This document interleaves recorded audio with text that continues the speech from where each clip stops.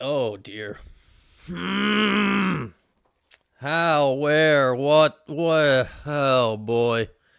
Where do we start? Where do we start? Debacle City, 38 to 3. Duke thrashes Syracuse in the first game post Steve Angeli injury, and nothing went right. Welcome in, everybody. We'll let the chat populate here. What's up, G-Man? Cool, Tom K, Jen's here.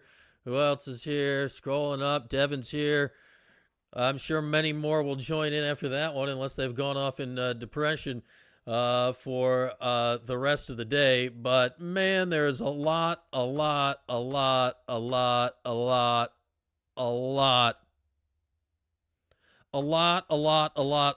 unpack after that one, which you can't put 38 to 3 on one call.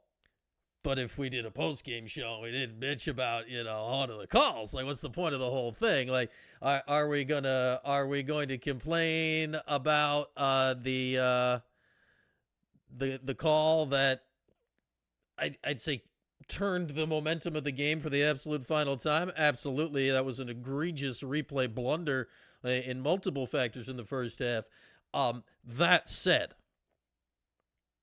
That said, and I love to blame a loss on something like that. That said, oh, man, if that's the route we're trying today, good luck to us all, because, man, Syracuse got absolutely throttled in that game. Absolutely throttled in that game, taken apart. Nothing good there. Absolutely nothing good there. Syracuse got... They got worked in every which way. Like, what? I don't know what else to say on that one. Like, defense couldn't stop anything all game. How many total yards? Duke had 503 total yards. You could have told me it was 1,000. I would have believed that. They got absolutely worked all game. The call. Let's complain about it a little, right? Like, what's the point about complaining about it a little? The call changed how everything was going in the game, for sure. But let's be honest here. Some of they screwed up both the fumble and the targeting. Like, his knee was down before the ball was out, and then he got absolutely drilled in the head. Was he a defenseless receiver? No, but that was the crown of the helmet, drilled him in the head. But then just to compound it later in the game, right? Jonte Cook, he fumbled in his own right. So, he was giving one away today regardless. How many turnovers? The Orange had, 3 turnovers in the game, the 2 fumbles, and that terrible interception that Collins threw early. So, there's a lot. All right, here's what we got today. What do we have today? What's the camera doing? We're trying to... Lots was happening here in the spacious down in the basement studios here in the last few minutes. We had some computer issues that I think we solved. But whoo doggy, about an hour ago we had some stuff going on. But me, you, we're here. We're doing the thing. So here's the game plan. We'll go through everything. Here, we'll go through Ricky Collins' first start, which was, what's the word we're going for? Not great. Though, looking at the numbers here, man, you look at the numbers, his numbers were actually okay-ish. But we all watched the game.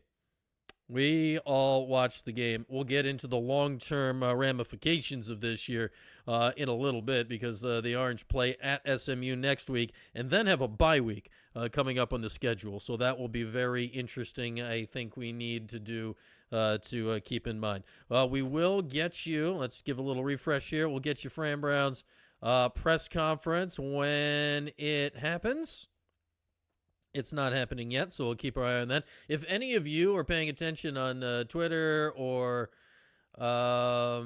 anything else, please let me know if you see it starting. We'll hit some buttons and we can go to our magic screen and we can get it going.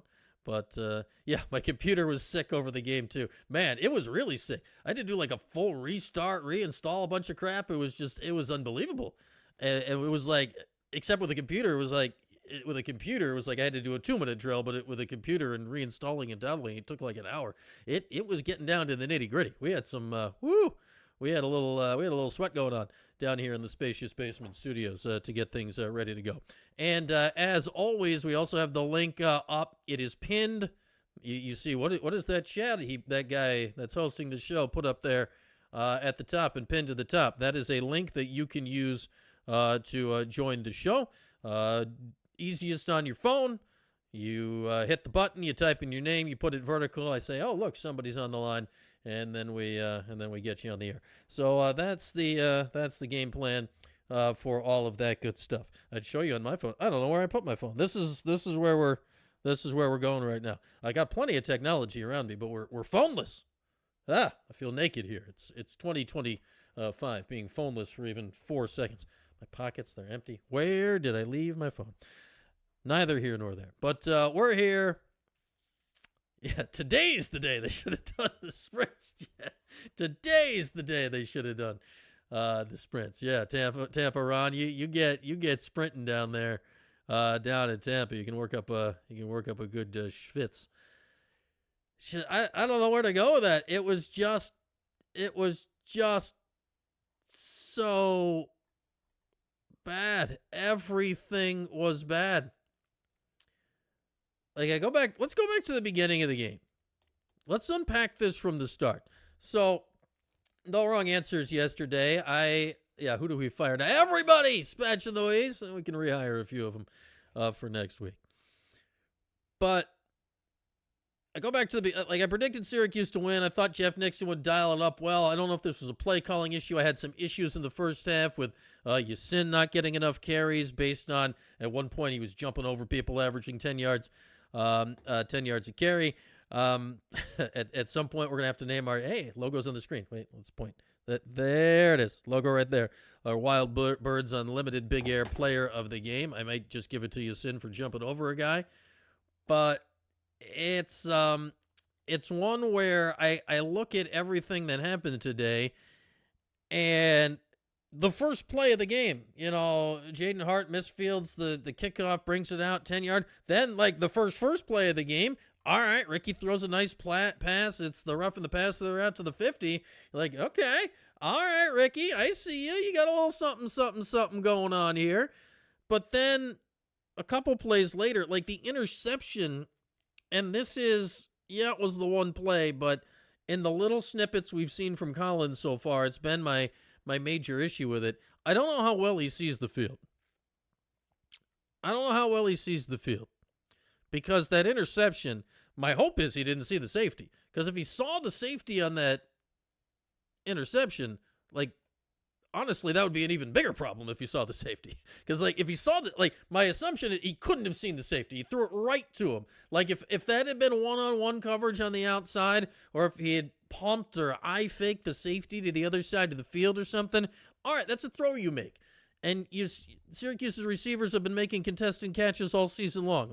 Give it a go and see what you got. If the safety's right there, literally, that's textbook, high safety, that's exactly the play the safety makes. That's what you do.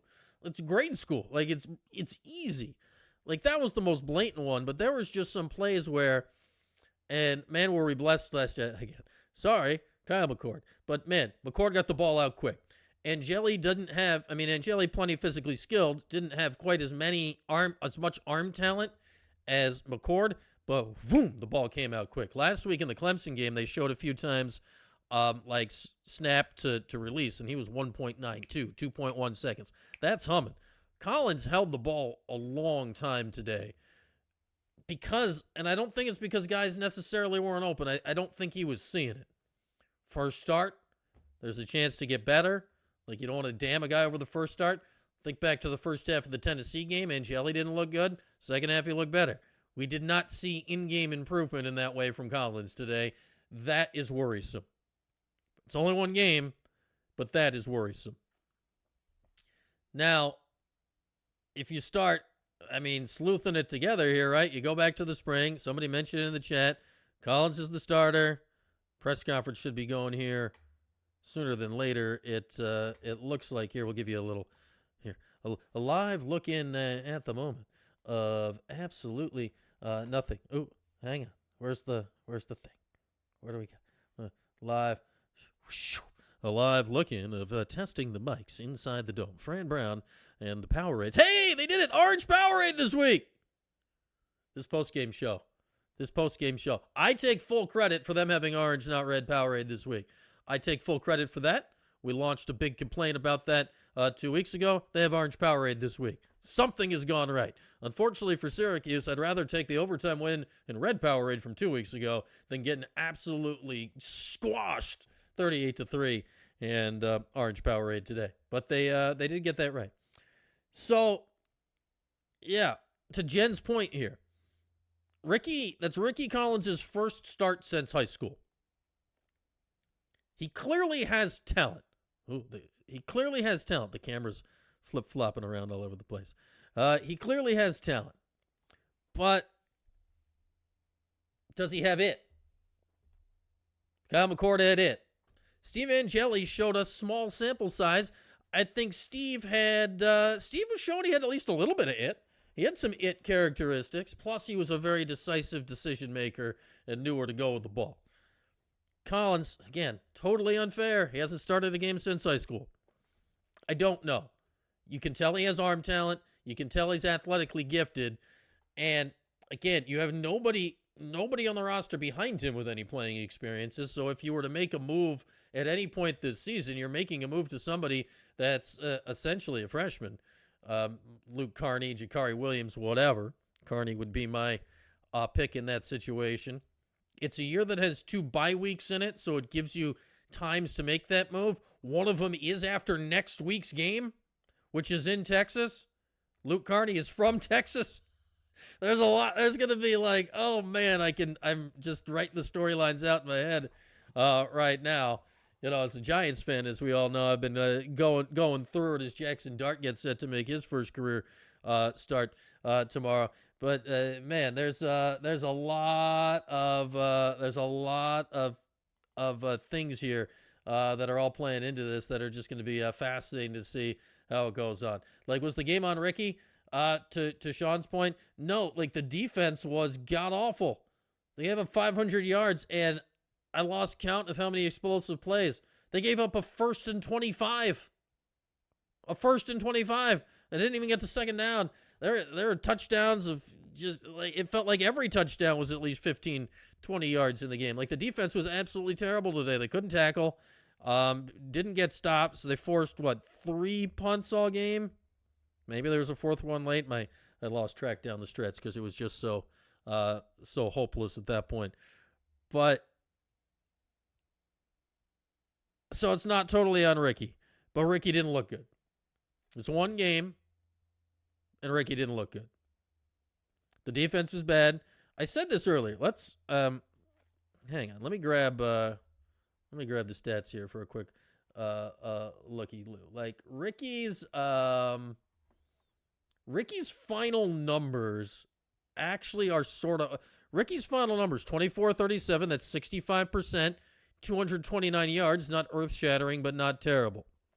No touchdowns, and then the one just egregious interception on the first drive of the game. If you want hope looking forward with Collins, I think it's that, right? Like, he completed 65% of his balls. That's pretty good. If you want hope with him, that's where you got to go for it. Beyond that, it's just, it didn't look right. It didn't look right. And then, yeah, to Howard's point, like, Duke, once again, they have a good offensive line. They have recently. Syracuse didn't get, they weren't getting anything done in that way today. They were getting no push up front. Duke's quarterback, Mensah, he didn't have to deal with basically anything all day. Well, or Mensah's final numbers, 22 of 28, 268, 2 touchdowns. Syracuse did have 2 sacks. Yeah, but then, like, every time they had a sack, Duke was getting out of trouble. Like, they were converting. Anytime they had super long, it felt like they converted it in a play or two. The running back Shepard, the freshman, 15 carries, $168, averaged 11 a carry, had that 49-yard touchdown run. He was just ripping through the Orange defense. There was tons and tons of stuff like that all game long. Absolutely tons of stuff like that all game long. I just think you look at, there's not a lot of paths from 38-3 to winning the game. Like, it's hard to look at 38-3 and be like, well, if just for this and that, they win the game. But you wonder confidence, momentum, whatever. I'm not saying they would have won the game, but all right, let's say Collins doesn't throw that really, really bad pick on the first drive. Say the officials get the call right, both calls right, the targeting and the fumble right on the review. Those were 2 of the first 4 possessions of the game. Like, the game went, the bad interception, then they got the field goal, then you had a punt, the 3 and out, and then you had the Cook fumble review targeting just bleep show. Let's say those go a different way. Say you get a field goal out of the first drive. I mean, you could have the lead. It's you go down and score, I don't know, it's 13-3 Syracuse or something. I'm not saying you win the game because the defense was just a mess all game. But had those 2 things not happened, the game just plays out in a very, very different way. The problem are those things happen. There was a lot of OPI. They were calling it everywhere the whole game. I guess maybe that Cruz loves pass interference. I don't know. Do they love pass interference? They might love pass interference. It's hard to say. Hard to say. The defense was bad. The whole thing. Was Deuce out the whole game today again? Did Deuce play at all? I know Deuce has been banged up. Let's go to the let's go for the defensive stats. I guess Deuce did play. Deuce had 4 tackles. I saw Raheem Long out there a little bit. He's looked all right. Just there was, Samuel got beat for that 1 touchdown late. He didn't make any plays that provided a spark today. Delorier's been so good this season. He had the 1 sack, but nobody provided a spark. The defense didn't do anything that really sparked the game. The defense didn't do anything that sparked the game today. Still waiting for Fran Brown. We'll get you to the Fran Brown post-game press conference this week. And I take full credit for this due to my over-the-top complaining about it 2 weeks ago. I have no idea if it had to do with anything. But me, take full credit for the fact that there is orange Powerade this week to go along with the blue instead of red. So at least 1 problem corrected, many more problems created by the Syracuse football team this week. Yes, Fran is running sprints. Dispatch Louise. Fran's out there. Fran's getting it going. What's up, LA Orange? Fran's out there just running gassers, and he'll be in shortly.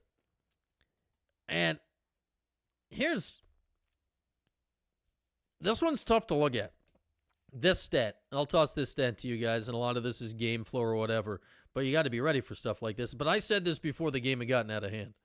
Yasin Willis today had 63 yards, averaged 5.7 a carry. Yasin Willis, especially in a quarterback's first start since high school, Yasin needs more carries than that. How does Yasin Willis only get 11 carries today?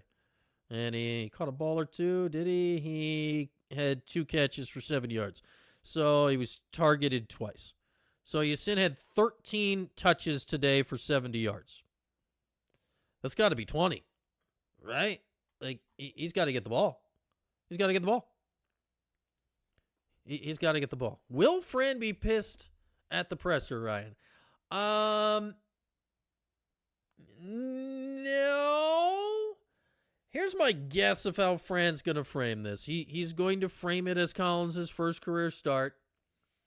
He's going to. He and Manny Diaz, Manny was briefly his head coach for like a week and a half when Manny took the Temple job many moons ago before he left for Miami.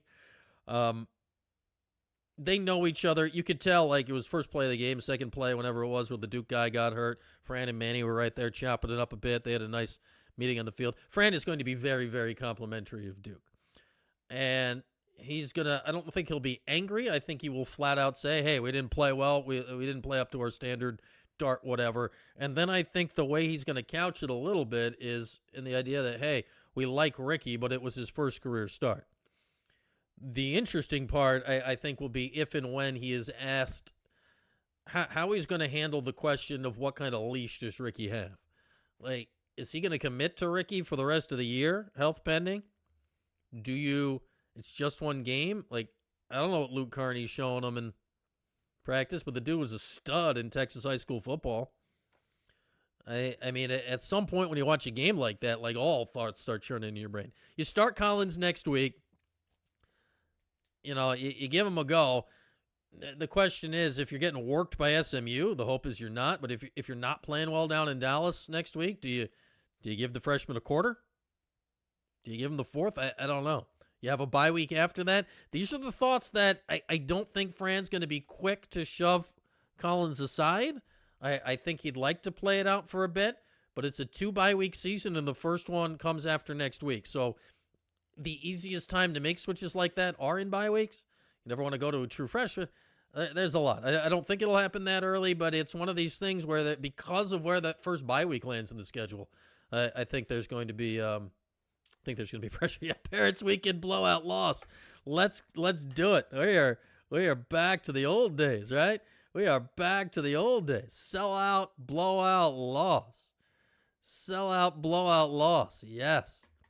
No, my guess more likely than not is that it's one of those things where if you're going to make the change off Collins at any point this season, and Jelly on the scooter. I actually was talking to somebody during the week about that. And like, you know what? He gets the ball out quick. Just get him on the little scooter in the pocket and he's working the slants. He's just slinging them slants on the scooter.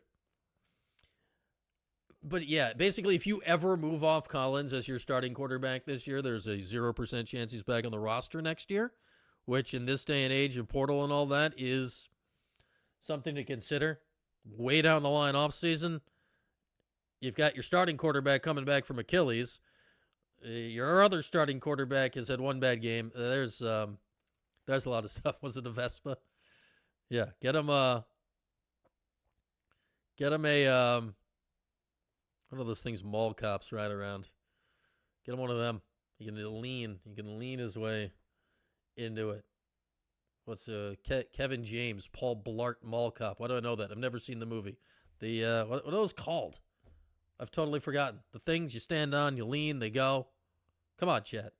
Help me out here. I'm floundering. What are those? This is suddenly very important. Yes, a segue. Thank you, Weez. Thank you. Yeah, if Kobe can shoot free throws with a blown Achilles, why can't Steve Angeli quarterback the next, 7 games of the season? Is that impossible? I was having a chat with somebody about this, and it less applies to Syracuse right now, but I was having a chat on Twitter this morning. Florida State lost last night to Virginia. Obviously, Clemson's 0-2 in the league. Who the hell is going to be in the ACC title game this year? Man, you're not looking at Syracuse after getting worked 38-3 today, but somebody's going to be in the ACC title game this year. 2 teams. One of them will be in the playoffs, the minimum. I don't know where it's going to go. I don't know where this is going to go. If you're Duke after today, you're 2-0 in the league. You're feeling good about life, right? Virginia's got suddenly a win over Florida State. I think Fran is coming. I've seen beverages delivered to tables. Fran Brown. Fran Brown, everybody. Fran Brown. Here we go. 2 things. First, I wanted to congratulate Duke, Coach Diaz and his staff. They did an amazing job today. They beat us in all aspects of the football game. Out-coached me. He just did an amazing job. Second, I want to apologize to Syracuse, the fan base, just everyone who follows this football program. That performance that you've seen out there today was not good, and I have to make sure that I coach our players a lot better, be able to prepare them better, and have them ready to come out and be able to compete. Fred's a big apologize for the whole thing there. Hi, Coach. What did you see on that Jonte Cook fumble play, and do you think that shifted momentum in the game? I'm not sure. I mean, that was one of many plays that didn't go our way. So we still have to be able to learn. You can't take one play and take that as something that will shift the game or do things. So just think it was a good play. They reviewed it. They went through it. It was upheld. So just got to go with what they reviewed and upheld. Right job not to complain about that, considering how the rest of the game was. Fran, speaking of that play, was it coming into this game, did you know that you could, on a targeted review, overturn something into a fumble? Like, I don't know if I've ever Once the seen play's that under before. review, Have you everything's seen under something review in like the play. that before? Yeah, it's possible. That can happen. I've seen different things happen with ball. Once you go into the review, different things always come up and happen. So that's normal. That happens in football a lot. What was the explanation that you got from the officials on that play? He fumbled. I'm not. What you mean by that? Like, on why they didn't call targeting and then... Oh, well, he had the football. He became a runner, so he wasn't defensive anymore. So once that happened that way, which is they made the right call. Hi, Coach. In what ways in what areas of growth, and what can this team learn from in this loss today? Just adversity. I'm a faith-driven dude, right? So things happen for reasons, right? There's a lot of blessings in disguise possibly in this.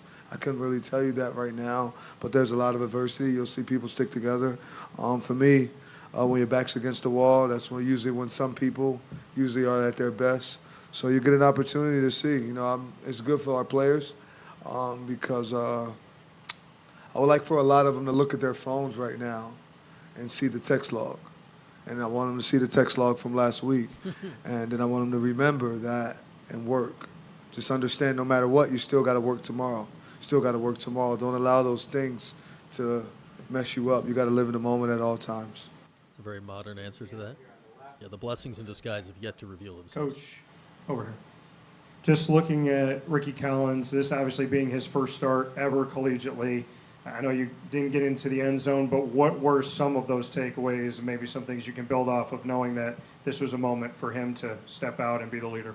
I think he's going to do a good job coming down the line. I think he'll continue to get better. I mean, she can't get worse, right? But he was doing his job. He was able to move the ball. There's a lot of different flags and things that happen at certain weird times that will never give him a chance to get the drive started and sparked. But I'm comfortable with him. I'm comfortable with what he's done. I think we can gain off of what the performance he had today. There's some things that he did well. There's some things that we'll fix. But I'm comfortable and thankful that he's our quarterback. It's a very honest-ish answer. Can't get worse. Coach, again, along the lines of Ricky, obviously, we saw the past couple weeks he came in and it was able to nurse a big lead when you guys were up big. Obviously, you go down double digits today. It's a little bit of a different situation. Just what did you see from him in terms of when you guys go down double digits and try to fight back? I don't think that's all on Ricky.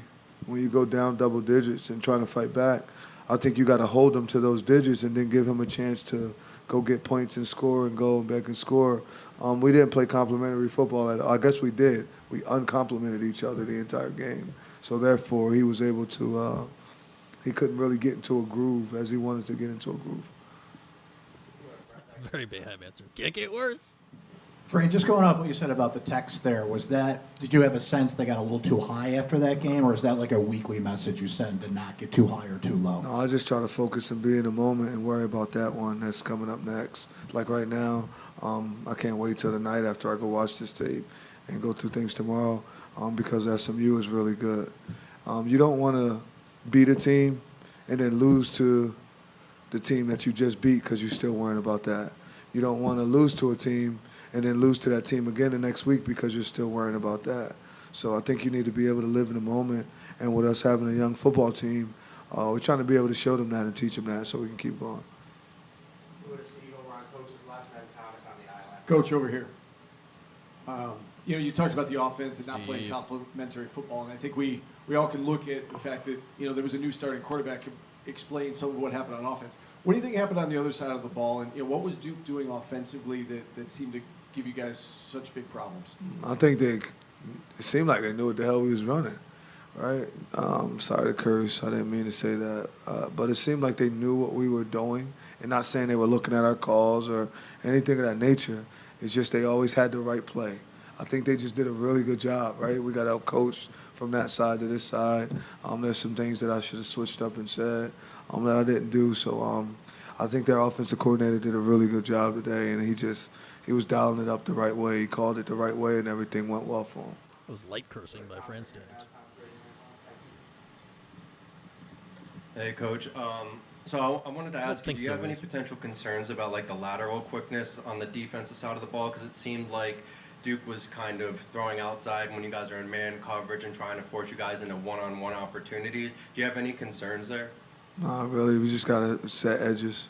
We got to set firm edges, being able to set firm edges, and then that forces them to try to get vertical and come make tackle. And then I did have another question regarding special teams. There seemed like there was some, I don't know if it was miscommunications, but interesting fair catch calls and balls being taken out of the end zone. Was that something coached, or was that just on in the moment kind of thing? Yeah, that's on me. I messed that up for him. I got to put him in the right position and make sure that he's ready for all positions and all things of that nature. Coach, Yasin had a really good run where he leaped over a player, got the crowd going, but after that, didn't see too much from him. You know, or is that something you're looking back on? Maybe you wish you established more of a run game early on. Yeah, we got to give Yasin the ball. He needs the football. He has to get the ball more. Only had 11 carries. Needed the ball today. On the back TV platform there.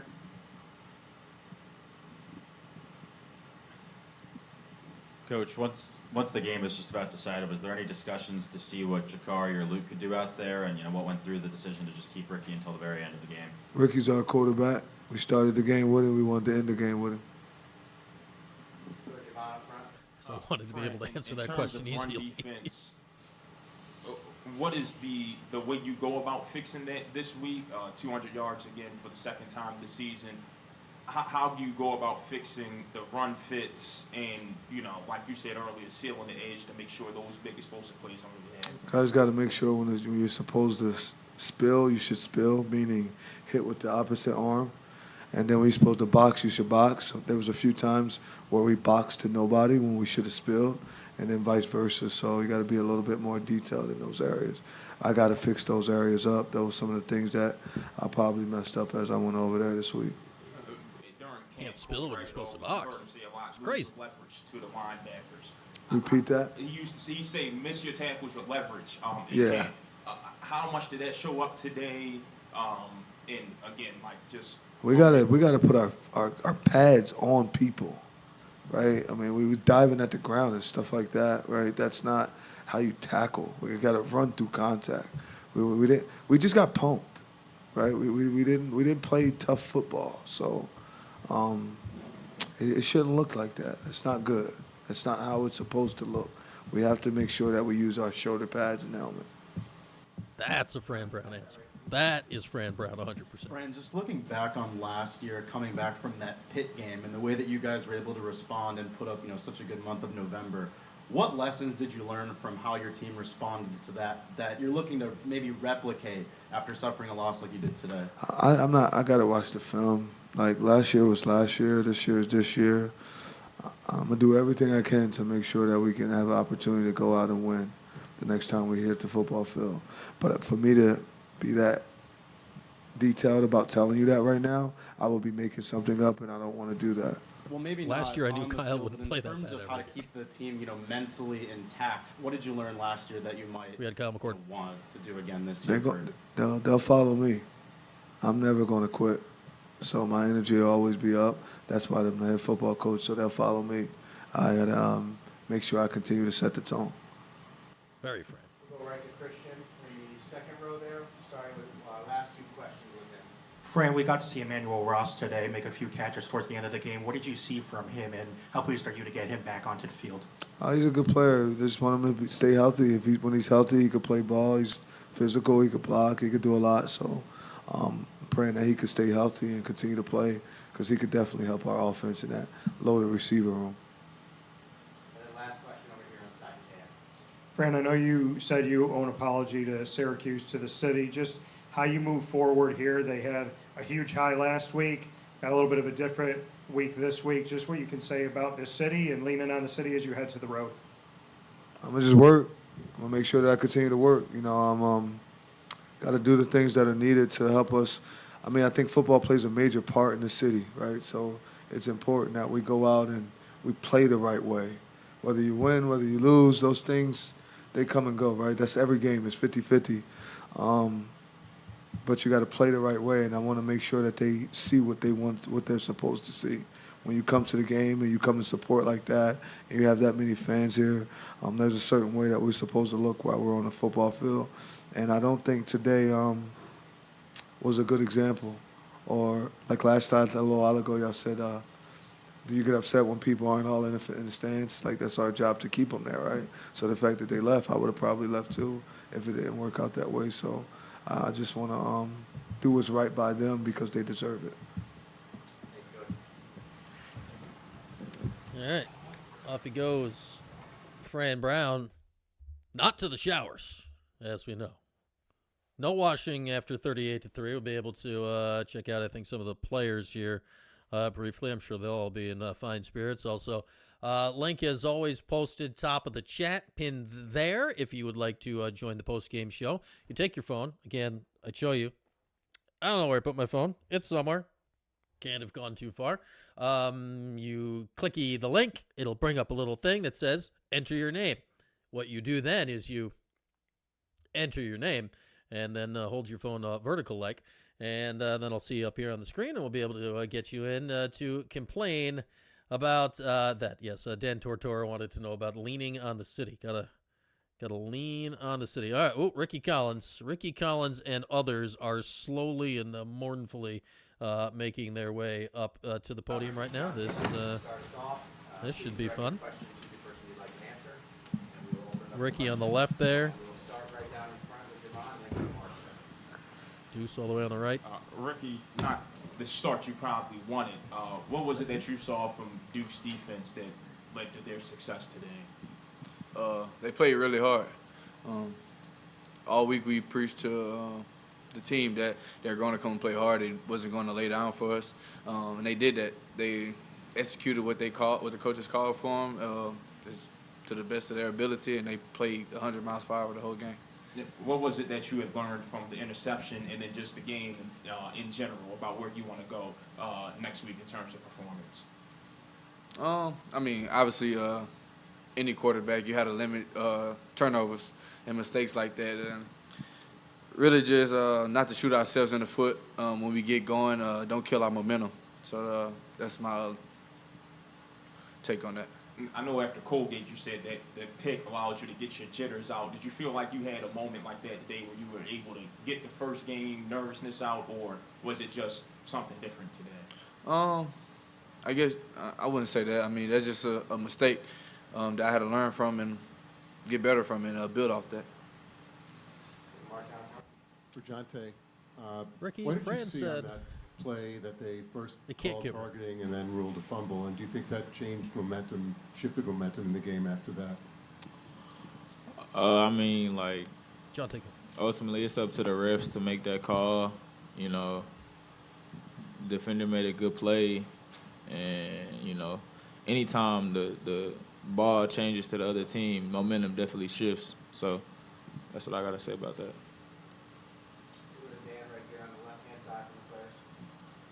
Deuce, just looking back at Darian Mensah, what he did in this game, almost 80% completion percentage.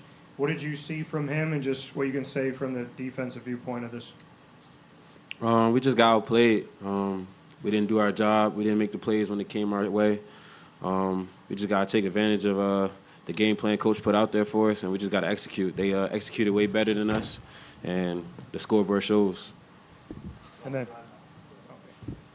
And then, Ricky, for you, I mean, this is the first time we've ever seen you as a starter collegiately. I know it's not the way you want it to end, but do you have some positives when you look back at some of the plays made by your teammates and some of those good moments out there, be it a ball from you or the way that Yasin was able to run today? Yeah, I mean, we had sparks here and there, but like I said, we shot ourselves in the foot a whole lot, killed our own momentum. Something to build off, definitely. We just got to get back to the drawing board and figure it out for the rest of the season. I do like the accent, please. Get for some gumbo. I like how Ricky's Devin handling this. and Deuce, Coach Fran was saying that like Duke knew what you guys were running the whole time, even before you did. In some ways, like, what did you? How did the frustration grow out there as Duke just kept making plays and you guys were trying to match what they were doing? It was just being outplayed. Like, like Deuce said, going out there and not executing. You know what I mean? Like we knew what we had to do, and it was just execution. It was just execution errors.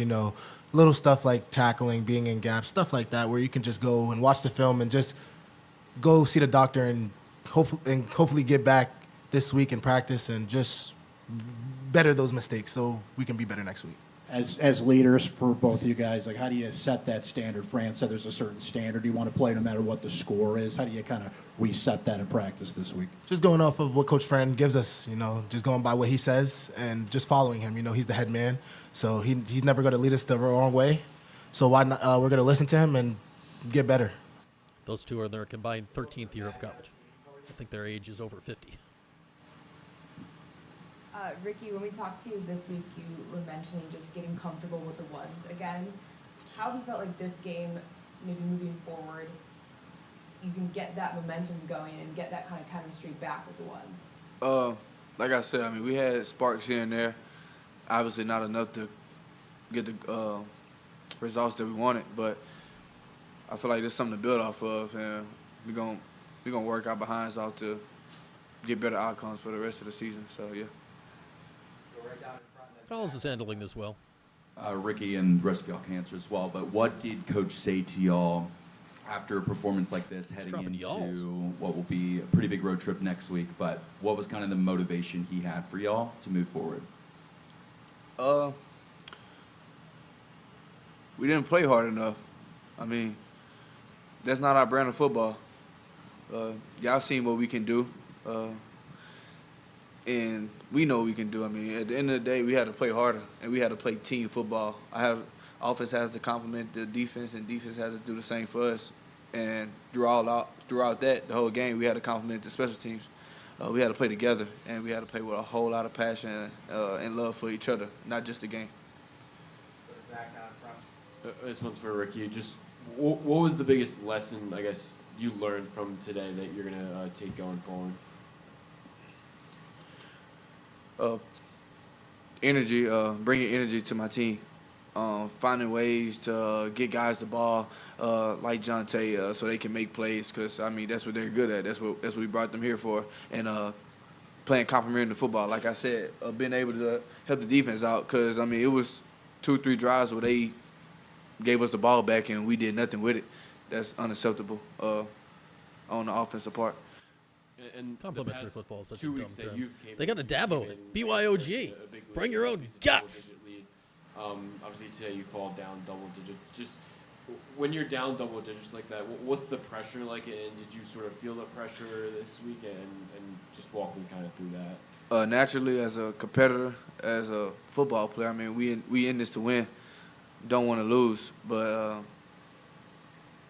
it's a learning lesson. You got to take this one on the chin, and like I said, I have no doubt in our program and our coaches and our players and our support staff that we gonna get this right, and we gonna work our behinds out to do it.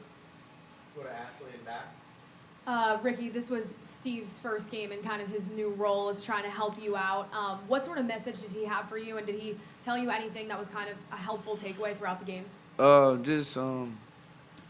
He was telling me to play with good eyes, keep being confident. After every drive, I'll try to find him and ask what he's seen, and him give me a couple pointers of what he's seeing and how to go about it. So yeah, that's I'm thankful for that for him. That he's selfless enough to still help the team win and help me. So yeah. Play with good eyes is huge. He was not seeing the field. Then we'll go to Steve, and then got two more after Jonte, for you, ball security and sure hands have kind of been a thing all season. Because you fumbled anyone twice. can understand, get hit in the head and the ball pop and loose. The second fumble, what kind of happened there? Can you walk me through that play? Just like it was a good play by the defender. Caught it and in the midst of me like tucking it all the way, like he got a good punch on the ball and it came out. For you, we've heard nothing but good things about you as a teammate. What was your message to Ricky in the huddle as you guys are trying to weather the storm? I just kept telling them we got you, bro. Just keep playing loose and keep playing confident. Confidence is key in this game we call football. So and everything he just need to be confident with it and be able to live with that decision that he made. And Ricky, for you, Fran has described you as number 2 in command now. How important is it going to be for you to set the tone throughout practice this week and make sure your guys are ready to go? Just come out and come with a different energy, a different mindset, and match Coach Fran's energy. In our program, he holds the quarterback to a high standard, and I need to meet that and exceed that and bring those guys along, which I know they're going to help me bring the team along. Steve on the left for the guys. Deuce, this question's for you. Along those same lines, we heard Devin touch on it, Ricky touched on it right there. Being one of the leaders on this team, how do you make sure that this loss doesn't turn into 2 or 3? You guys did a great job last year when you lost. You bounced back. How do you make sure that that trend continues now? We just got to do a good job putting the game behind us. The game happened. We can't do nothing about it now. We can't let this loss affect the next couple games. So just come out and play our brand of football. We know what we can do. The fans know what we can do. So we just got to go out and play our brand of football. We're not worried about this loss. We know we're going to bounce back, and we did it last year. Even though it's not the same team, we got the same mentality. So we're going to bounce back. I can promise you that. Last two, we'll start with Thomas right here in the middle, and then finish with Citrus TV in there. This is for Deuce and Devin. You guys primarily run a lot of man coverage. It seems like Duke knew how to take advantage of that a little bit. How do you guys go about changing your pre-snap look to your post-snap in order to, I guess, confuse the defense a little? I mean, they know you're going to run man, but how do you confuse them a little bit more to try to set up opportunities for you guys to make plays on the ball? I mean, we get disguised as much as we can. The offense watch film just as much as we watch film. So when it's come down to it, we got to make plays just as much as they got to make plays. So big players got to make big-time plays when it's time to make plays, and we just got to handle our business. And then I have one for Jonte as well. Past 2 weeks, you've looked pretty much unguardable on the slide. You've been a dynamic playmaker. How do you look to keep building upon your performances as a wideout? Stop fumbling. Just trusting the coaching, trusting Ricky, and just making the plays when they come my way. And the last question to Citrus TV back. And no Ricky, fumble.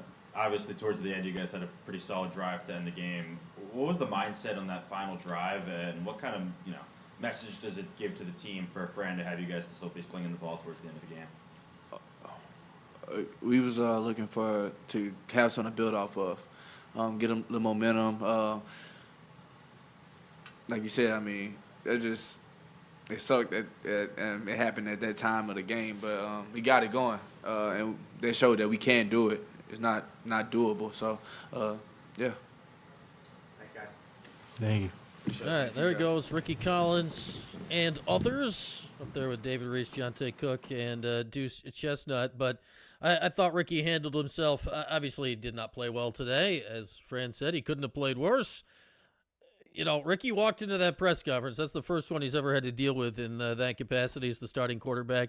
Like, you walk in that's not fun. You know you're about to just wear it. You know you're going to get every question, and none of them are going to have fun answers. But to Ricky's credit here, as he gets ready for his second start next week down at a college football playoff team from last year in Dallas and SMU, I thought at minimum he handled that well, and hopefully he'll be able to build off it this week. That was just all told a rough game for all involved here today. Got a few more minutes left. We can hang out. If you'd like to chime in, the link pinned to the top. Get out your phone, give it a clicky-click, follow the directions, and we'll get you on the show today if you'd like. But that wasn't good. There was nothing good that happened in the ballgame today for the most part. Yasin jumped over a guy. I don't know. We got to give out our Wild Birds Unlimited Big Air Player of the Game. We love having our sponsors. The problem is you still got to do these things after the losses. There's the problem. It gets a lot harder to pick these things after the losses.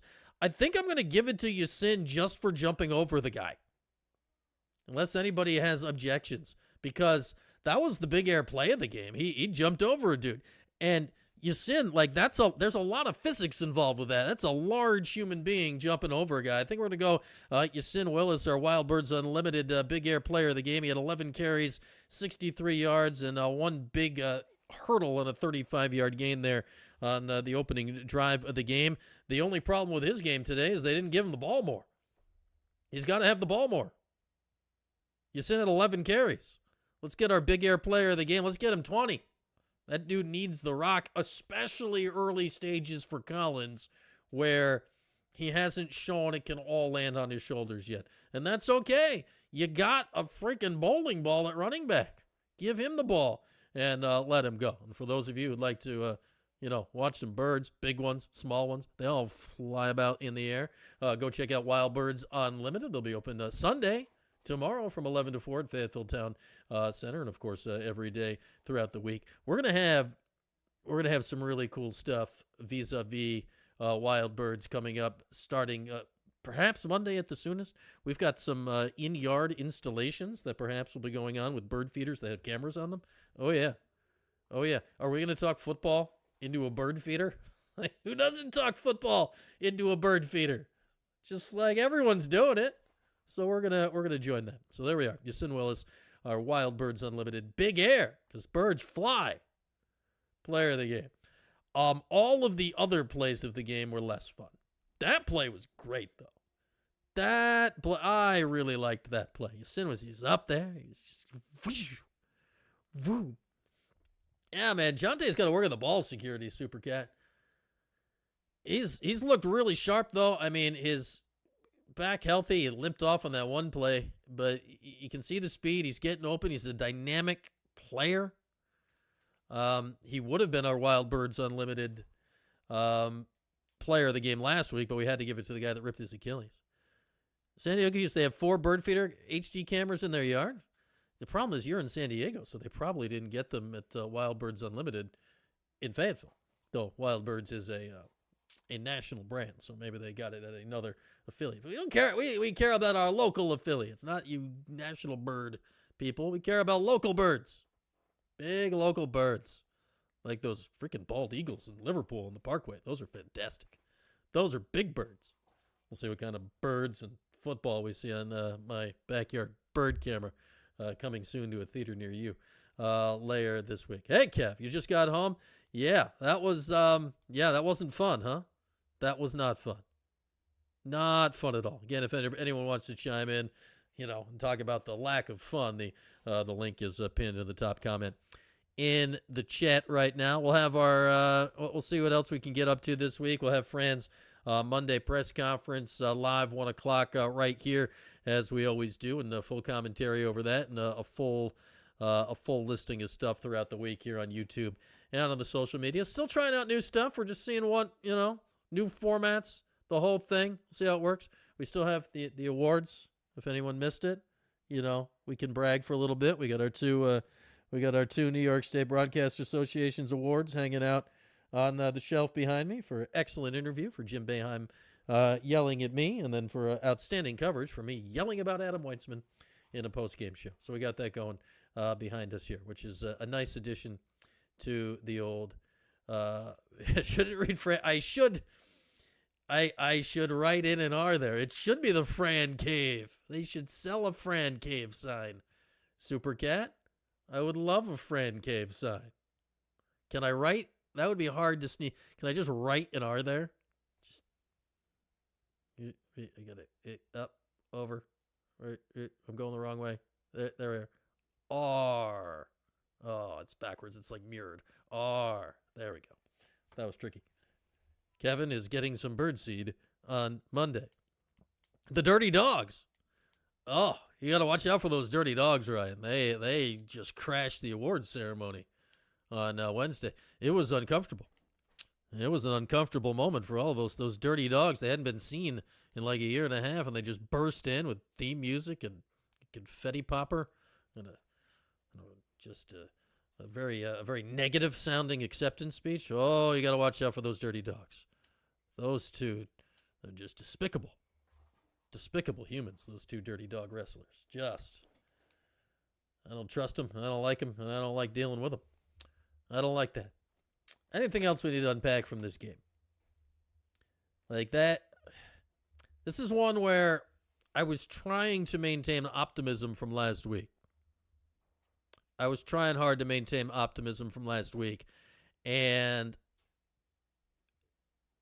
it vanished quickly with the interception on the first drive of the game.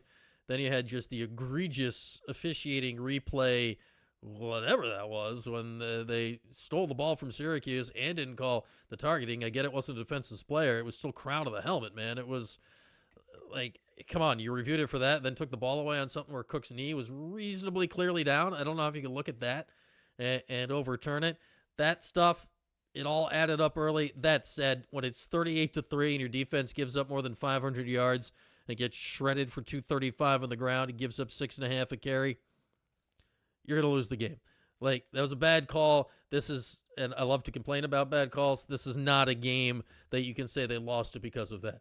Though that was the last and final change of momentum in the game. Once that happened, Duke scored. It was less than a few plays later, and basically from then on, the game was over. That happened quickly, and that happened really fast. And yeah, Sean, next week, like, SMU's good.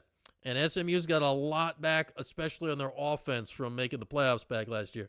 They got the quarterback in Jennings. They brought back almost everything on offense. Their defense has been a little wonky, so that can maybe be a good opportunity for Collins. Maybe a road game settles him in. I don't know. We'll see what the atmosphere is down in Dallas. It's Syracuse's first trip down there as conference members, because still Syracuse and SMU are in the same league. It'll make sense one of these days. So that'll be interesting next week. Yeah, Mike McAllister's brain exploded. He hasn't been seen since Super Cat. But what happened to the live in-booth reviews? Jared, I think that's only hooked up for certain levels of TV broadcasts. Like when it's on ESPN, they've got that plugged in. This was an ACC network run that was running through like the Syracuse control room, so they probably just weren't literally weren't plugged into that. But man, I would have loved to see that, because last night they showed it a couple times in Virginia, Florida State. I think it's been a great addition to a bunch of ACC broadcasts this year, getting to see and hear the communication between replay people and the officials.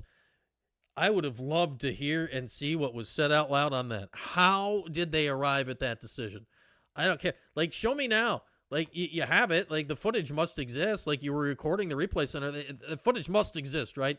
Somebody put out that footage. I want to see what that communication was. I need to see the behind-the-scenes explanation that led to that. It didn't affect today's. It affected today's game, but come on, it didn't. But I would love to see how those conclusions were reached.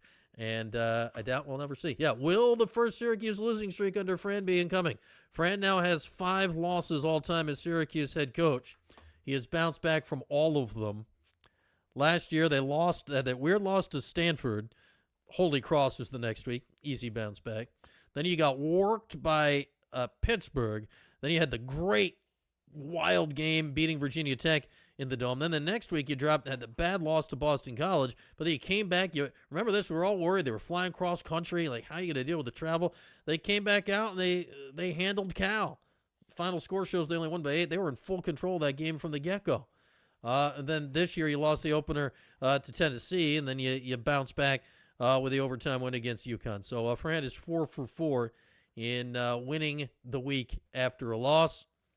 Realistically, all things considered, getting to 5 for 5, this is going to be the toughest possible way to get to 5 for 5 that he's had. Yeah, there's no way it could play possibly tougher than that when you're going on the road to SMU. All right, we got time here for a video call before we go. We got our guy Mike in Connecticut hanging out with us. What's going on, Mike? Oh wait, hang on, Mike. If I unmute you, it works better. Now, what's going on? Yeah.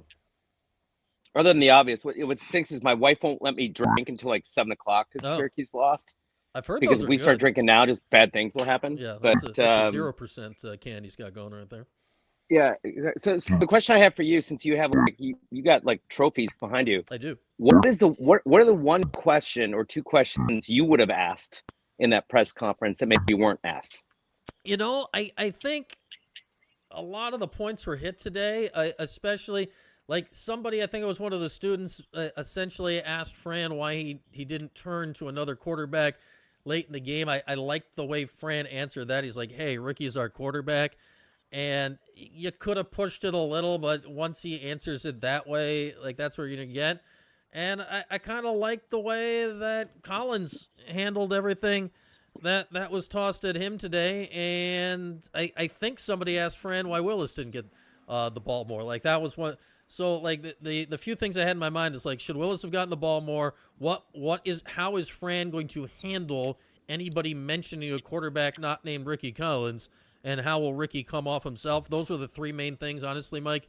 I wanted to see from the presser today, and I think we got to see all three today. Yeah, and I don't know what you think, but I'm glad he didn't give Ricky the hook, because you go back to a couple weeks ago when he said, no, this is remember, like I think it was the UConn game or something like that. Like, hey, were you close to giving Angeli the hook because we all wanted to see Collins, I think, by the third quarter, and he didn't. And he's like, this is his team. The reality is, it's like Carney is a scrawny kid from Texas that probably can't know the playbook. And I'm going to worry about Shakari. Either he's always hurt or anything. So you always want the backup guy when the first guy's not doing well. Right. I think the point's connected to your second point. Why doesn't Nixon like to run the ball? Why doesn't he run the ball? This is a perpetual thing because our number one player, this is when we had Angeli, Fran, was number 6. We just seem to be allergic to actually handing the ball off. It's maybe those Baylor days from Nixon, but that's what's driving me nuts. Yeah, you know, and I look back to last year, like I go back to the beginning, the whole offseason, we thought like LaQuinn Allen LaQuinn did run for 1,000 yards, but he was not, that's just not what the offense was last year. We thought it was going to be all on him, and the first game happened, we're like, oh, I guess not. And I thought this year, like, it would change, but then Angeli's winging it around, so you're like, oh, I guess not. Now, you got to get him the ball. Like, right now, Yasin Willis is the best player on your offense, and you don't have a quarterback that you can comfortably lean on at this point. And to your point, you got to let Collins go here for a little bit. You got to bye after next week. Then you got 1, 2, 3, 4 games in a row. Pitt at Georgia Tech, Carolina at Miami before your next bye game. Like, if you change quarterbacks this year, like especially in this era, like Collins is gonzo. You have to take that into account. And realistically, like, turning to Carney to save your season in Game 5 when you still have a winning record, I agree with you, Mike. I think that would have been a bridge too far. It's maybe an idea for later in the year, but, you know, you brought Collins in. He's the guy now. You got to give him a month here, I think, to see what happens, and hopefully he starts seeing the field better. Hopefully he starts seeing the field better, because honestly, I think that was his biggest problem today. And give the ball to Yasin. That would solve a lot of problems. Let him go run the ball. Yeah, and we got to get the defense to not playing like trash. I mean, last week was really the anomaly in the scheme of things. Yeah. Like, this is going to sound completely idiotic, but whatever. I wonder if Coyle, who was just like a volunteer assistant or an analyst or something, who just left for UCLA, played a big part in terms of the maturation of Elijah as a play caller. Because last week he was down up against Clemson. It was great. They were trying to do it today, but somehow he forgot how to tackle today, among other things. So I just wonder if Coyle is going to be like one of those Obi-Wan Kenobis to, Elijah's Luke Skywalker that we're going to miss. And then the last thing is, I got so mad during the game, I busted my bird feeder. Do you know any place where I can go get a brand new bird feeder? I do. You look at it's on the screen right now, Mike. There it is. Wild. Oh, that's perfect. Unlimited. I recommend the one in There we Fayetteville. go. So you're in Connecticut, so you're gonna. But you can get to their specific website because they ship as well. How about that? They'll ship it right to you. Sounds good. Yeah, just don't be nice to the birds, though. We like the birds. All right, Mike. Thank you as always. There's our guy, Mike, in Connecticut, and the Yasin thing. Like you got to give them. He has to have more than 11 carries next week. He has to. He has to have more than 11 carries next week. Like last year, it worked so well because McCord would get you the lead. Like LeQuint didn't have a ton of carries early, but look at his second half numbers. Like he was pounding the rock late. This year, and it was working with Angeli. He's 400-yard games. You got to give Ricky a chance to build into it. Yasin's your best guy. You need to switch the way you're calling the game now here a little bit. I think you need to run it a little bit more early. Because if you don't, now you're trailing. Now you're not going to run it late. And then you get to the end of the game today, and you're like, man, our best player only had 13 touches. He needs 20. He is big and strong. Yasin's a guy. Like other teams are not going to like getting hit by him in the fourth quarter. But right now, anyway, for Syracuse to get a lead, you're going to need to use him in the first quarter. So we'll see how it all comes together today.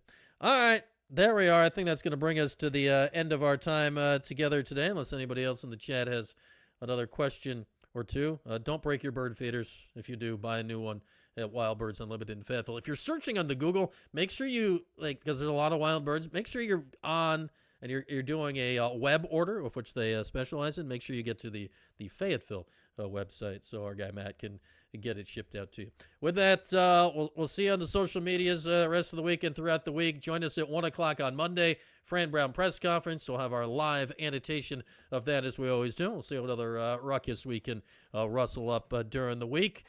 Everyone's weekend's bound to pick up after that. So enjoy the rest of your day. Enjoy your Sunday. I'll talk to you on Monday after a tough one today. Syracuse getting smacked by Duke 38-3. Talk to you guys in a couple of days.